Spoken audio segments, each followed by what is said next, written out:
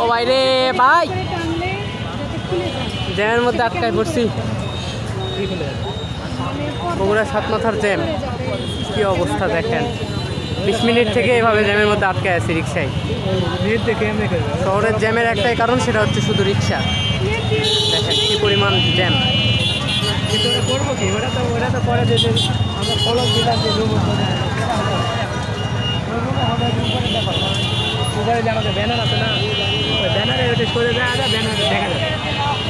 এই শহরে আপনি কোনো কাজে বাইরে বের হবেন, আপনার সময়ের অর্ধেক সময় শুধু জ্যামে আটকায় থাকতে হবে। আর সন্ধ্যার পর সাত মাথার অবস্থা আরও ভয়ঙ্কর। দেখতে পাচ্ছেন কি পরিমাণ জ্যাম।